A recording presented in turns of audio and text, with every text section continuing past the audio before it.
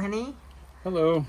We will discuss about no excuses. I think it's very good to talk about this topic and to can affect people's lives, how to getting better in. This is a very difficult one that um, most people, man, if parents would just raise their kids like this. Today's sermon was on a portion of Job, Yeah, and even though in verse in the first chapter, it introduces us to God and Satan having a conversation about Job. yeah, If you read through the 38 chapters, never once does Job blame Satan. Towards the end, his wife says, "Well, why don't you just curse God and die?" yeah, And then the story says, "But in nothing did Job ever sin or blame God for it."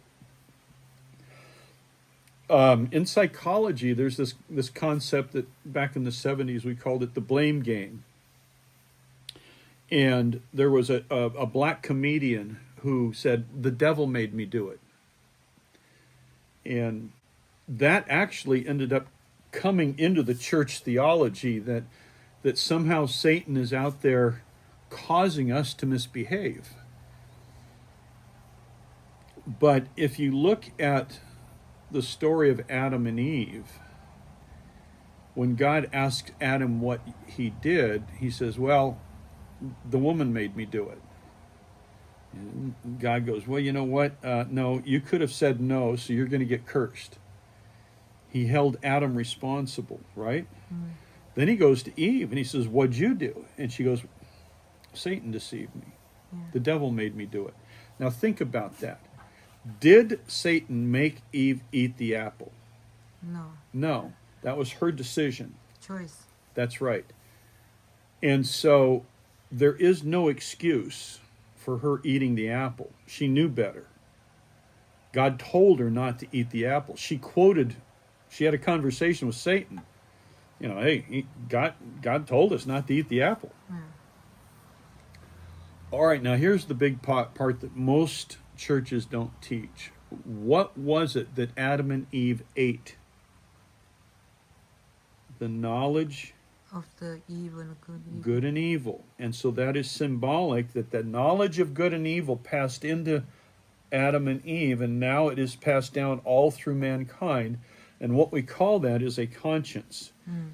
We have sociopaths out there that can commit horrible crimes, and it isn't that they don't know it's a crime, it's they have no feelings about it. Mm.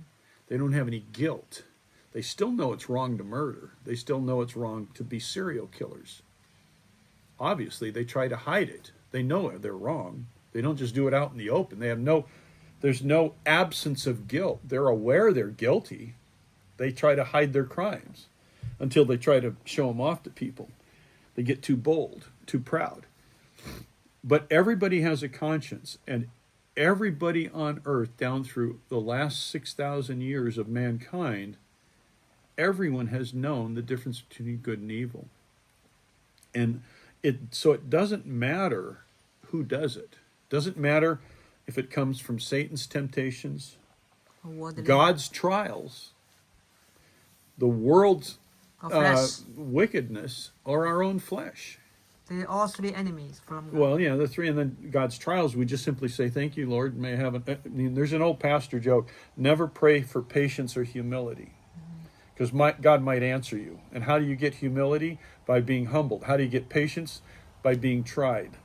So, yeah, God can give us trials to make us get better, or to harden our hearts in some cases, like Pharaoh. But normally our evil temptations come from our own flesh, from the world itself, or from the powers and authorities in this realm, in the spiritual realm, Satan. So